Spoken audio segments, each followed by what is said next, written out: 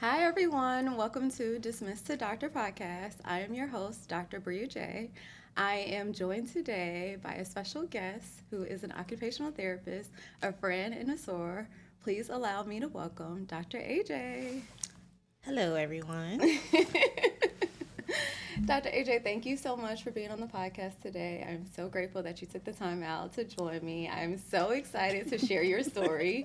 You have no idea. But like when I heard it the first time, I'm like, oh yeah, we get you on the podcast. So thank you so much for being here. Thank you for having me. I truly appreciate it. Yeah, so can you give everyone kind of like a background of what your profession is, what you currently do, and like your background as far as schooling?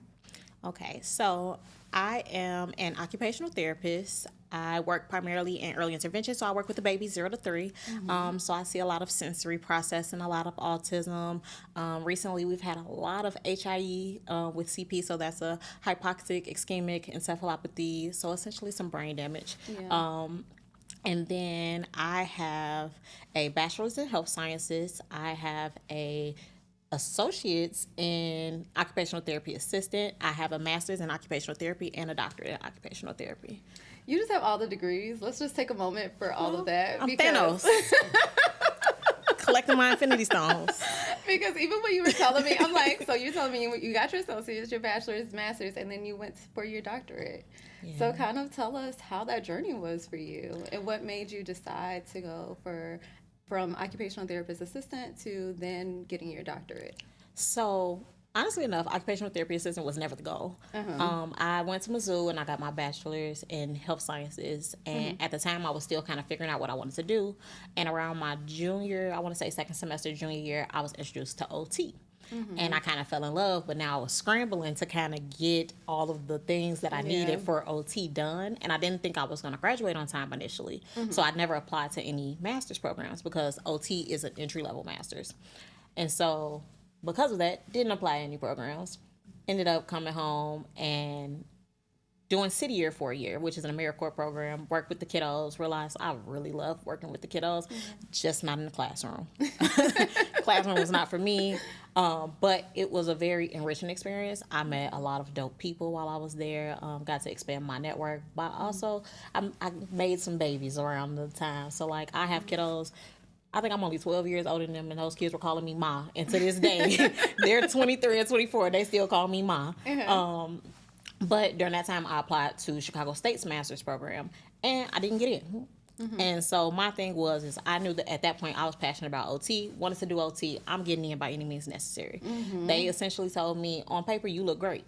Your recommendations, your experience, all of that looks amazing, but your prereq GPA is too low. So I was like, if I'm going to retake some classes, I'm going to make it worth it. And that's when I started looking into OTA programs. So that way, even if I didn't get into OT again, I would still get my foot in the field to start practicing and getting that experience. And so that's exactly what happened. I ended up finding an accelerated OTA program. So Fox College, which funny enough, I sit on the advisory board now for. Talk about it. So ended up going to Fox, was working full time at Shirley as a PCT. So I would go to class Monday through Friday from 9 to 5, and then I would go to Shirley from 7 to 7. And that was my life for like 16 months. So I got my OTA. And then at the end of my OTA program, somehow I end up deciding, you know what? I'm going to go ahead and apply to Chicago State again. I'm going to try my luck. And so I applied again, and this time I got in. During that time, I may or may not have, gotten pregnant. And I was like, I'm going to figure it out. So I did start my master's program the fall after I graduated with my associates as an OTA. So I started within the same year. Within the same year. So if I graduated, I technically graduated in July because it was COVID. Yeah. So I graduated in July because we had got kicked out of the hospitals because of COVID, and then they let us come back in. Got kicked out, came back in, finished up, started my master's program in August, and then at the end of my master's program, I kind of was just like, you know what? I love teaching. Teaching is fun. I want to do it. I also love research. So during my master's program, I think we published 2 or 3 articles. Okay. And so I went ahead and applied to an OTD program. And I got in, and so I went straight into my doctorate, and so yeah, here I am, 4 degrees later. I feel like you shortened that. I did. You definitely shortened that journey, but a lot happened. Happened. You want me to add in those extra points? No, we're gonna get to it. We're gonna get to it because you are the epiphany of like a Black woman being like, okay, I'm done, but I'm gonna go get another degree. I'm gonna continue to get another degree. Yeah. And I feel like in your case, it's just so very special because I feel like a lot of times people, when they graduate from their bachelor's, it's hard for them to see themselves going for the associates afterwards. Mm-hmm. So how do you feel like that transition was from graduating with your bachelor's to then going to get your associates in occupational therapy assistants? Because we have the same thing in physical therapy where you can get your associates in physical therapy assistant. Mm-hmm. But like a lot of people don't want to do it right after they get their bachelor's because they're like, I already have my bachelor's, like why would I go back and do it? But like to your point, it's like you'll get the experience of working in your field. So I kind of just want to hear your point of view on like the mindset of applying to the OTA program. I think you just hit it on the head. Okay. It's the experience point. And I think that because I had the experience in healthcare where I was doing like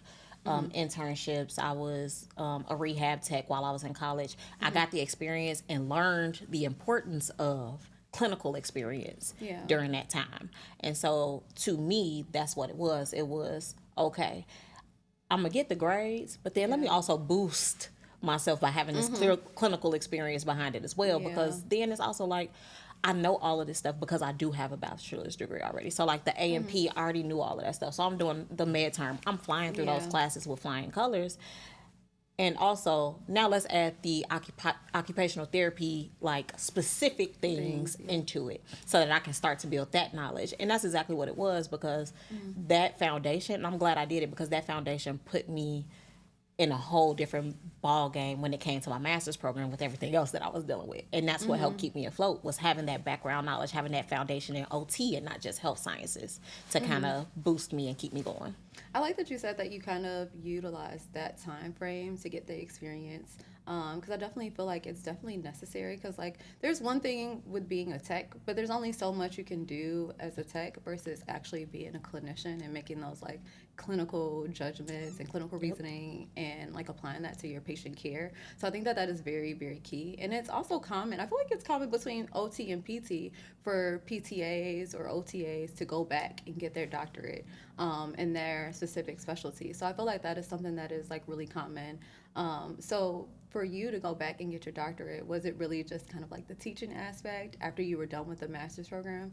And if it was, do you feel like there was any difference between the master's to the doctorate program? Like, what do you feel like kind of was the difference?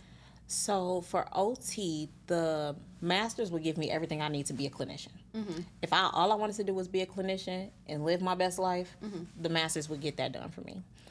I love teaching. Like, my teachers, while I was in my master's program, would give me the opportunities to teach classes in my master's program. And that's kind of, that's dope. Chicago State, forget what you said, but the OT program is dope. And I'm not just saying that because I teach in the program now. But all I have to say, like, they gave me those windows and those opportunities to see if it was something that I really wanted to do. And it was something I loved. So, like, for example, the content that I would teach would be like the relationship between OT and OTA, because they're like, you're an OTA, you can speak to this, speak on it, so you can provide that experience and that knowledge that you have to these incoming OTs so that they know how to best utilize their OTA. And then of course the research, like I said, while I was there, we published 2 articles, worked on a 3rd. We were accepted and invited to speak and present our research at World Federation of Occupational Therapy. And so I got my foot in research and, started to love it. And I realized that I was like, this is something I wanted to do. So when it came to curriculums as far as the master's versus the doctorate, because it was a post-professional OTD, so basically you have your master's already, you're a licensed practicing clinician, but you want to go back and get your doctorate. That was focused more on how to teach and how to do research and how to disseminate information, how to basically do those it was less about the clinical work and more about the actual foundation and education behind it all. So that would, I say, would be the big difference. So that's why I tell people all the time, like, if you don't want to teach and you don't want to do research, a doctorate is not for you when it comes to OT. Yeah, and that's a really good point. I feel like you're also like in the midst of all these things. She had her first child, then got pregnant, had your second child. Like, how did you feel like you were managing being a mom while also going through this journey? So it's funny because I literally had orientation for my master's program from the hospital room. Mm-hmm. Let's talk about it. Because I'm like, when's she going to say this? So my baby was due August 21st, which was the day after technically we were supposed to have orientation. So like he was due on a Friday, orientation was supposed to be Wednesday, Thursday. He decided to come on Tuesday. And so I was still at the hospital and I just kind of had the camera here, like had everything. I just had everything like chest level up and I tried to block out like the background because in the hospital you got like the staff alert button and all the other stuff. In the background, trying to block all of it out. I put like a blanket up over the back to kind of create a background. It was crazy. And I did all of that. That week, so he was born on Tuesday, had orientation Wednesday, Thursday. And Thursday. Yep, and then the day after, and then 2 days later, Monday, started class. I was blessed and God aligned things the way that they needed to be because he was supposed to be due on that Friday, right? Not even that, but because it was COVID and everything was virtual, so I got to be home with him, and so like that, I think was the biggest blessing in it all is because I was gonna figure it out, but like it made things a lot easier to figure out because those first 2 semesters were virtual, so I got to be home for that first year with him.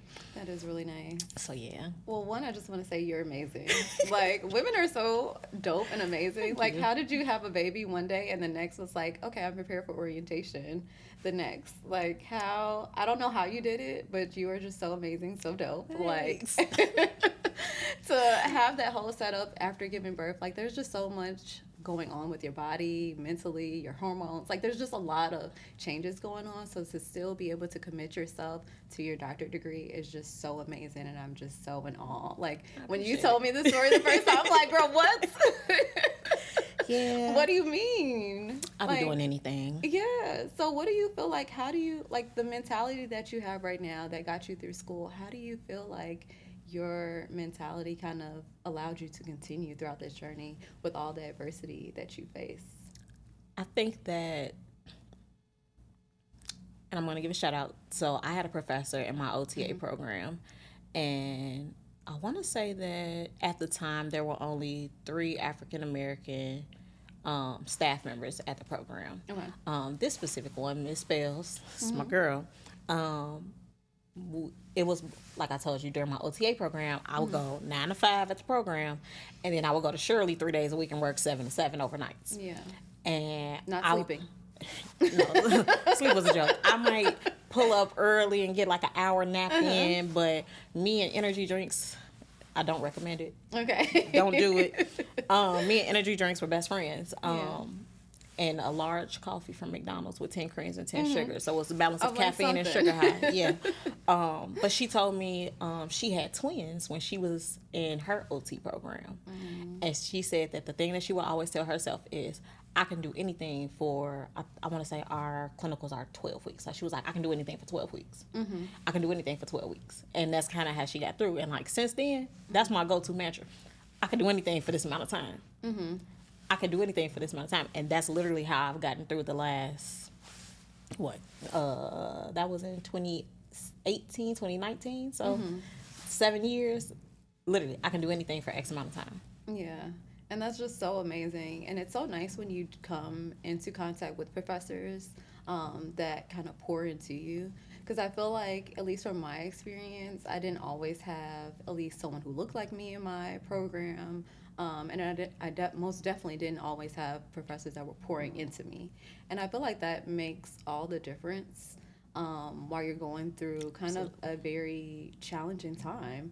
Like, school is very rigorous, it's fast-paced, it is very challenging because not only are you going through school, but you also have, like, life. Like, life is still happening. Life is still happening. Yeah, life is still happening on top of all of this, but, like, you are required to show up and still perform to the best of your ability.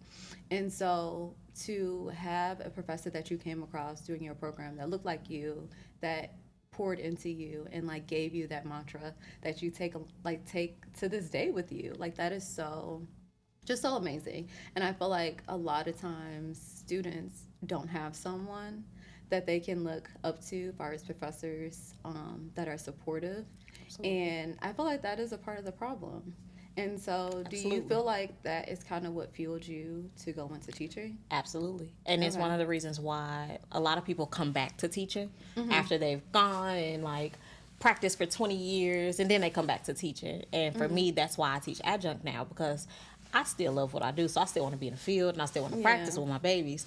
But I also want to be that person for students where I'm also young enough that they can connect with me in ways that they can't necessarily connect with the older professors. I can I'm more flexible and more fluid with how I teach. And so I'm able to be like, okay, teaching it this way isn't working for you.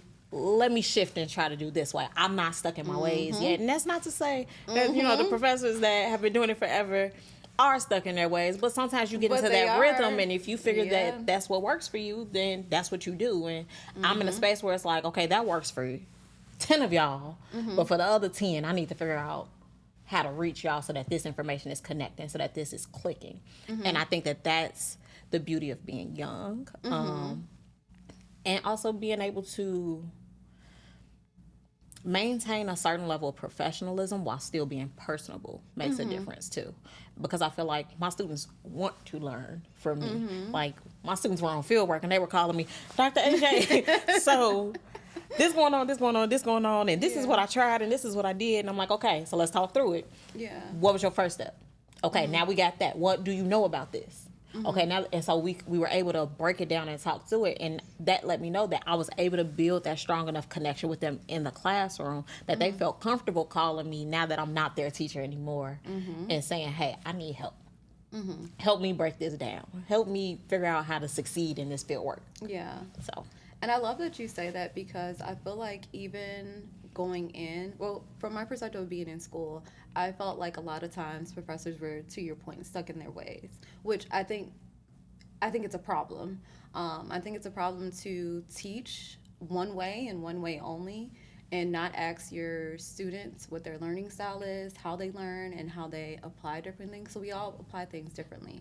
And I felt like for such a long time, I just felt like things were not clicking for me, and I didn't know why it was not clicking until I came across one of my professors in school, and she was totally into like writing, drawing, coloring, visuals, videos, and I was like, hey, you onto something. You onto something. Like I understand, like it is clicking, it's making sense in my head, and it's just like, wow, it took me going through that. This was my second program at this point, and it took me, I didn't have her as a teacher until maybe my second year of PT school. So it took me going to PT school once, getting dismissed, going to PT school twice, and then dismissed again, and then coming back and getting her in my second year of PT school in order for me to encounter a professor like that. And to your point, I feel like it is an issue. I feel like a lot of professors are stuck in their ways, and it is disappointing, but it's also why I feel like as younger professionals in our profession, that it's important for us to go back and teach. But I feel like, at least from my point of view, I feel like it's hard being younger and then trying to teach, because then they're just like, well, you don't have the experience. So how do you know how to teach, or how do you do this? And it's just like, to me, I feel like we get our lessons of teaching in different ways, right? So I also have my children's book. So like me going and talking to children, like that's public speaking right there. So that is one experience in itself. And then me kind of mentoring other students, like that's giving advice. So it's just like, I feel like it's harder in order to get a position when you're younger and like you're newer in the profession versus someone who's been doing it for 10 plus years. Yeah. Like I feel like they give seniority to like those type of professors, and I feel like I want that culture to change. I feel like having professors, or even when I go to the schools and I talk to like the young girls, they, like, to your point, they can connect with us, and they see us and they see themselves. And it's like, okay, we're not that far from them, even though I am far from them. But like they look at it's tangible. I can touch it. It's tangible. It's not like someone who's an older person who's coming in there. Yeah. And so it just brings me so much joy when I do these events, and like afterwards the girls are like, oh, I want to be a physical therapist, or I want to do this. And it's just like, I felt like I wish that I had that. in my program.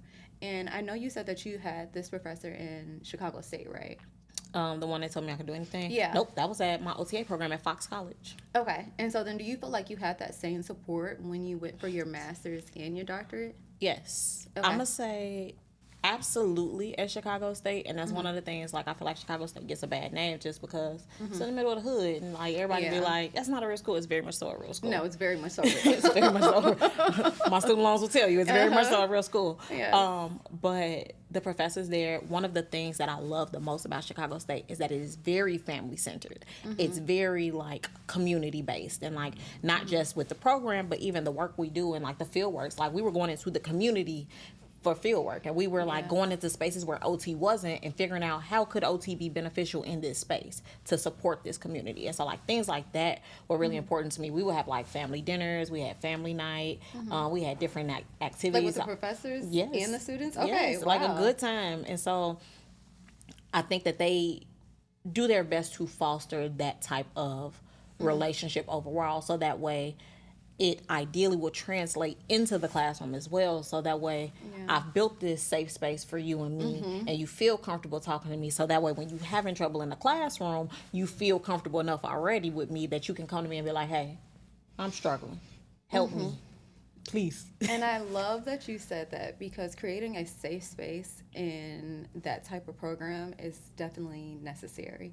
To create a safe space and to build trust where you can go and feel comfortable talking to a professor like, hey, you know, I know this is not school related, but this is what I have going on outside, and like it's kind of contributing to the way I'm showing up and to the way I'm performing, and just to like have that conversation and for them to like share like some insight, like, hey, I know you're going through this, how can I help you, how can I serve you in this season? Like that extra mile makes all the difference. And I feel like, to your point, I feel like what led to my dismissal, I felt like it was, one, me not coming across any professors who I really trusted or felt comfortable enough to tell like, hey, I'm actually struggling in this area.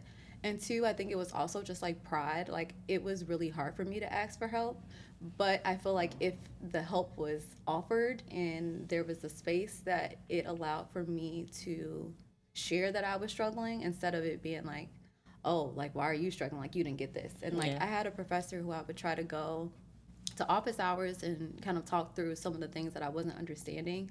And I just remember always leaving feeling just so defeated and feeling like this person was not really answering my questions, and they just made me feel like I was dumb. And so it was just like, for me to continuously show up and just like I wasn't feeling confident in myself, like it does something to you. It does. It does something to you. And I feel like a lot of times professors don't realize their impact on students, and it just makes me so sad to hear constant stories, because right now, since I've been very like vulnerable with my story and the things that I've gone through, I've had a lot of students reach out to me, and to my surprise, I am not the only one that feels this way. And I really thought it was like just you. I really thought it was just me. I'm like, maybe it's just my experience, like maybe this is just something that I'm going through, like maybe I just, you know, interacted with the bad professor, like, you know, like I'm thinking like, okay, this can't possibly be like a huge issue. And I think I just really wish that I would have encountered my professor my second year of PT school. I wish I would have encountered her earlier. Because, like, after that, she was my go-to person. Yep. You know, she created that space for me. She allowed for me to have conversation with her, open up about things that I was struggling with. And it made such a difference. And I know that you are doing adjunct now. And so how do you feel like this space, like how do you feel like you're contributing to creating that space? Is it kind of still doing the same things that like your professors did to you, like allowing them to come to you at any point in time? Because it sounds like they do when they call you. Whether I allowed it or not. Yeah. So it sounds like these are things that you're already doing. And I'm so amazed at how you are allowing this space, because just for them to call you up and to, like, what? I didn't have no professor I was calling up. And they call me late too. Yeah. I be putting the baby to sleep, and they be like, I'm so sorry, Dr. AJ. But yeah, I think to like what you said, like just continuing to create that same space that I was given. And so I guess one part that's important for me to note is that, so I told you I did orientation from the hospital. So on the day I went home, we had the second part of orientation, and Chris, my husband at the time, the baby wouldn't stop crying. And so he didn't realize that my camera was on in the orientation. We were in like small groups with our advisor. Yeah. And he brought the baby and handed the baby to me on camera. And so now I'm just with the camera like, hello, everyone. And so my advisor's like, oh, the baby's so cute. How old is the baby? About 3 months? I said 3 days. She said 3 weeks. I said 3 days. 3 days. She said, are you crazy? Mm-hmm. Like, what are you still doing showing up here? You know, class started on Monday. I said, yes, ma'am. She said, so you crazy. Okay, got it. And that's the same advisor, the same professor who, when my mom got sick 6 months later, told me about myself. She was like, because similar to you, I'm prideful. I wasn't going to ask for help. I wasn't going to tell nobody nothing. I was just going to do what I had to do and get it done. Yeah. And she called me from while I was at the hospital one day, and she said, you can take a break. We've talked about it. We know what's going on. Take a break. Classes will be here when you come back. You can jump back right into the program where you left. Take a break so you can take care of your business. I said no. And she told me, she said, because she cussed at me for the first time. And I was like, oh. But also I understand. She was like, if your ass don't take a break and you decide to stay in the program, I don't want to see a change in your grades. The same level of effort and the grades that you're getting needs to be the same thing that I'm seeing moving forward. I don't want no excuses. So you either take the break or be ready to show up. Heard. So I showed up because you're not going to embarrass me. Like, and even then, like, I asked my mom, I'm like, what you want me to do? And she was nonverbal at the time. She had just got a trach put in and stuff. I said, do you want me to take a break so I can focus on you? She said, no, you need to finish. You can push this hard and waited this long. Finish. I said, well, my mom told me I got to finish. So, but to that I can't go against my mama. this the same teacher, though, that I can call. I was just texting her yesterday. Like, she calls on me like, hey, she's over the field work. So she's like, hey, I need you to take a student.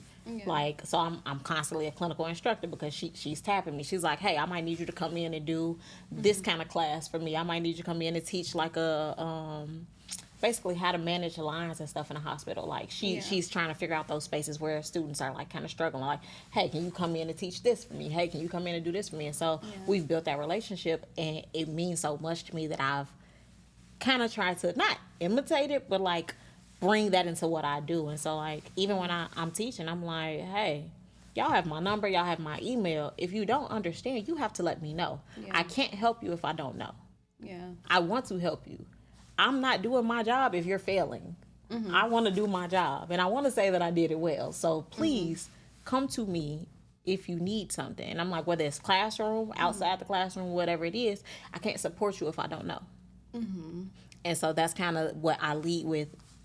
Literally, I start the class like that. If you need something, let me know. Can't help you if I don't know. And I love that you said that. And I don't know where this mentality came from, where it's like professors will kind of discourage you from continuing.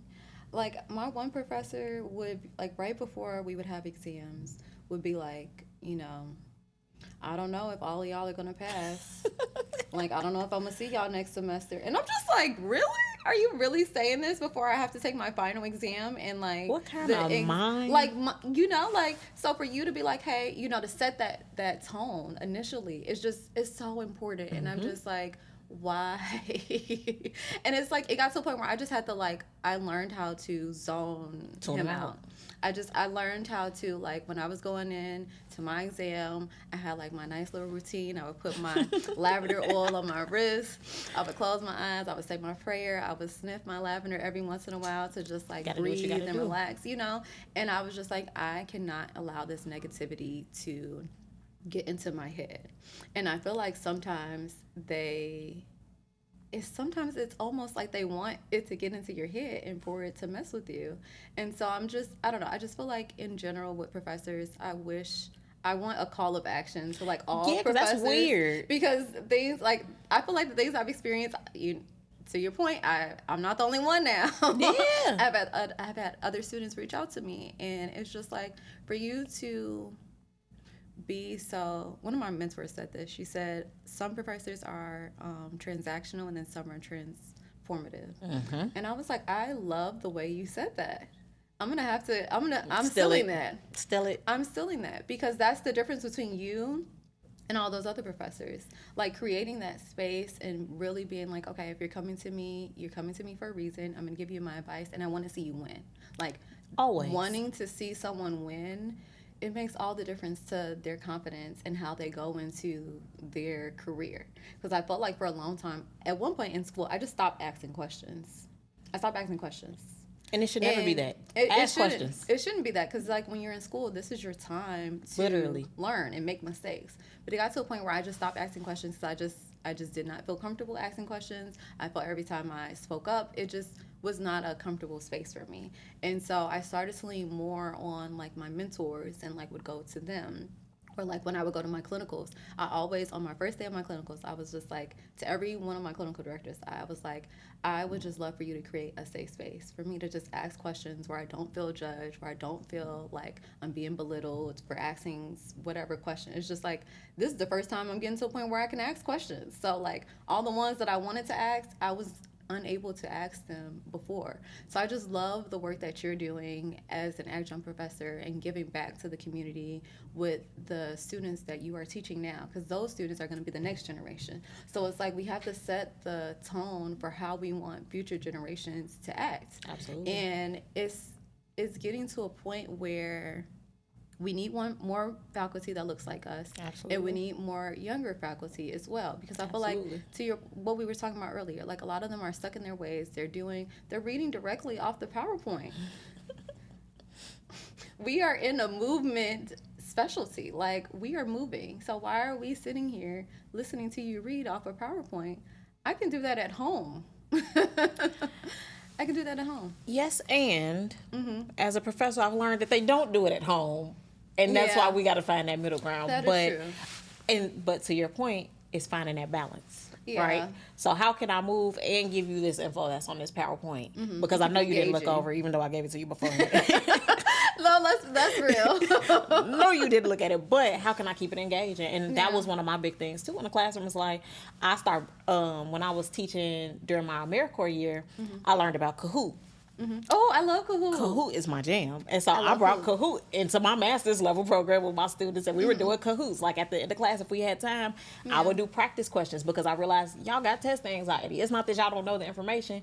Y'all have trouble applying it under pressure and just applying it in general sometimes. So let's do some practice questions so that y'all can start to get y'all brains to work how they need to work in order to have that clinical decision making that you were talking about earlier. So I would incorporate Kahoots. I would incorporate a bunch of scenarios, things like that. So it wasn't just the PowerPoint. Like, let's do some case studies. Let's do this. Because I gotta meet y'all where y'all at, and I need y'all brains to start turning. But it takes you inquiring and wanting to not do the same thing that you've seen. Yeah. But because, to your point, to do the Kahoots and get them engaged and say, I'm going to give you the PowerPoint too, but I'm going to add additions to your learning. I feel like those additions and the continuous repetition is what really helps. And to your point, it's like you all are not doing bad on these tests because you don't know the information. You're doing bad because you have test anxiety. So let me help you out in this way. And I just feel like that is just so transformative.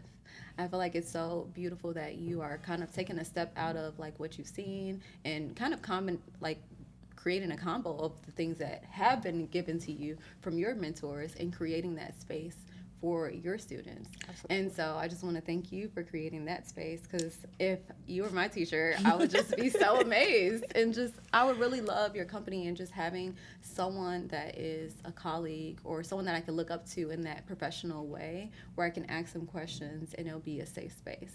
So I want us to continue to kind of like work towards that as a profession with OT, PT, speech, healthcare in general. Yeah. Like, it doesn't have to be this mindset of like, okay, if you don't meet this grade, you're out and that's it. Like, we don't talk to you at all. There's no conversation. There's no, because I feel like it just is what it is. It just is what it is. And it's just like, I feel like that, that culture is just, it's hurtful. It's hurtful to students. And so now that you are on the other side and doing adjunct professor, how do you feel like when your students get to a point where they're either about to be dismissed or they're getting to the point where, okay, I see that they're struggling, what does that conversation look like for you? So, I'm a straight shooter. Yeah. You've met me. You've known me for a while. I'm a straight shooter. And so when I do start to see it, I will pull students. And I'm like, hey, stay after class for me. And I kind of just be like, hey, I'm noticing this, this, and this. You're not asking questions during class. You're not really participating in this. I'm getting your assignments back, and this is what I'm seeing. What's going on? Is it that you're not understanding the information? Is it something going on outside that you're not focused? Like, again, trying to get to that root cause. Like, what's really going on? Because if it's you not grasping the information, then we can figure out a plan to set in place to help you grasp the information better, to make it so that it's digestible for you. But if it's something outside where you're just not able to focus, okay, tell me that too, because is it a way that we can support you as staff here? Even with, like, I had a student who was I was their CI, and she wanted it really bad, and I can tell. But when I tell you, from week one, she had like travesty after travesty after travesty just happening. Yeah. And it was like I was constantly saying the same things to her, giving her the same information, and she just wasn't retaining it. And it was to a point that she became rote, and everything was very like, this is what she said, this is what I'm going to do in this exact way. I'm not going to be flexible. I'm not going to, because this is, or adapt to. there's no adaptation to it. And I'm like, what's going on? Yeah. And so that's when she was like, Dr. AJ, I got this going on. I got this going on. My mom got this going on. My grandpa got this going on. And I'm just like, do you need to take a break? I would rather you take a break, figure, again, kind of what my professor did for me, my advisor. I would rather you take a break now where it's not going to affect your grade. Deal with what you got going on at home. And you can always come back to me. Yeah. I was like, you don't even got to do a whole nother rotation. We can pause here at the whatever week we're at, and you can pick up at that same spot once you deal with whatever you have going on. And the reality is that, and not necessarily this student, but just students in general, is that I can give it to them on a plate, but if their pride is bigger than their need to succeed, and I think that's where you differ from a lot of students.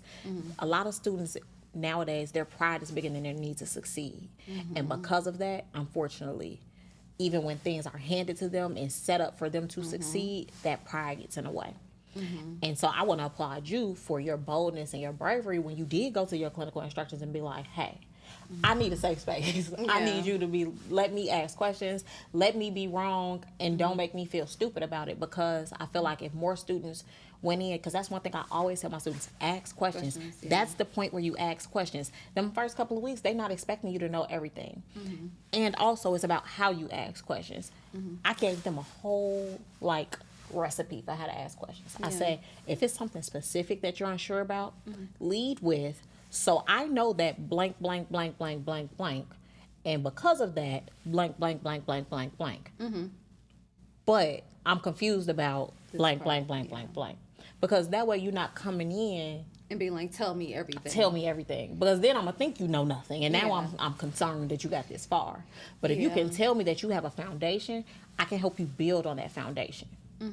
And I think that's where we got to get students, help build that boldness and that bravery that you had to tell their clinical instructors, hey, I'm coming in and I know I don't know everything, but I want to learn. Yeah, and having that willingness to learn. Yeah, so I love that you created a question, like you have like a format that you give all your students. Yes. I love that. Because it's like it sets the foundation for them coming in. It's like, I have already set this, I have it printed out and I've given it to you, so when you come to me, like that's very helpful, because I feel like in the past I haven't had any CIs that have come in and been like, okay, this is the structure, and I feel like as a student coming in, you're kind of trying to get a feel for the setting, how the CI is going to be, how the location is going to be, how you're going to fit in. Like, you're trying to get accustomed to everything. So to have like a guideline, I think that is super amazing. So thank you so much for creating that. Hey, I try my best. Because one thing is, no, you are doing your best. You are doing your best. So I feel like any student that comes across you is just so lucky and so blessed to have you. I hope they feel that way. No, they definitely do. If they're calling you and they do be calling the weird hours, they definitely feel that way. And so, to your point, because I feel like your story is such a story of resilience. It's not really a story of like well, It's some you rejection. got rejections in there, but it's more heavy on the resilience and your ability to continue, and that in itself is, I think, what stops a lot of people. They have the adversities, they have these things that happen because you had your mom in the hospital, you had a like you had two kids, so it's just like, I want to commend you for continuing on your path and just having that like that headstrong like foundation, like, I'm going to continue regardless of what's happening to me right now. My mama told me I got to keep going. There's no excuse for me stopping right now.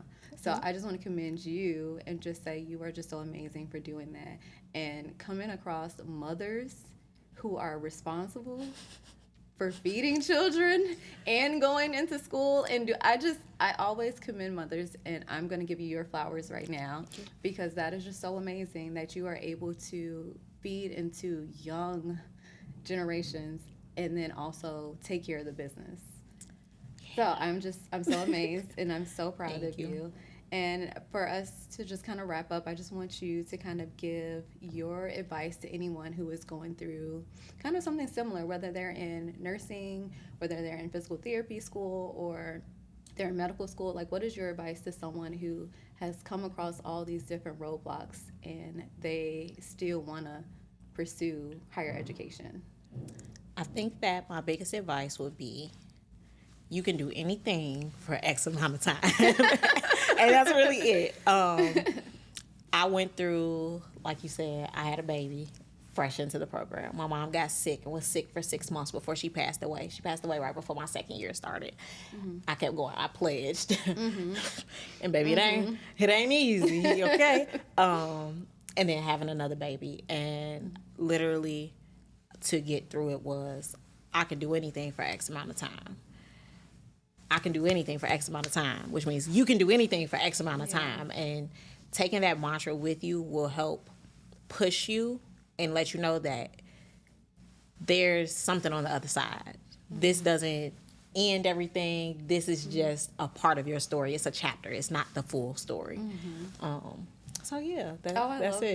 That. It's a part of the story, but it's not the full story. It's not the full story. And I love that. I love how you just wrapped that up. I love it. So where can our followers find you? What's the socials? Where can they reach out to you if they have questions about early intervention, research, occupational therapy, school?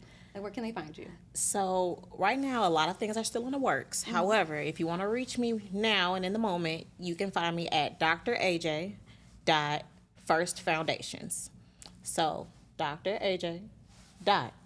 First Foundations. So yeah, that's me. I'm getting a couple of things off the way because at this point I'm doing a lot of stuff for free. Doing a lot of consulting, like you said, with parents. I'm teaching in all of the aspects that I'm in, but I'm also mentoring, and I'm also writing articles for a magazine out in New York and doing research still. So I was like, you know what? Let me bring this all together in one umbrella. So that's where they can find me. Yes. Well, thank you so much for sharing that. And I am so honored that you joined me today. I was so excited to share your story, so I cannot wait to release this episode. So thank you so much for being here, Gay. And thank you so much to everyone who is tuning into this episode. Please be sure to like, subscribe. I will definitely have Dr. AJ's information in the bio description. Also, if you know anyone who is going through dismissal, academic suspension, probation, or someone who is kind of similar in this situation, please send them this video. And then also I have a free Facebook group called Dismissed to Doctor. So I will also link that in the bio. So please send this to them so that they know that there is a community out there specifically for them. So thank you so much for tuning in. Until next time.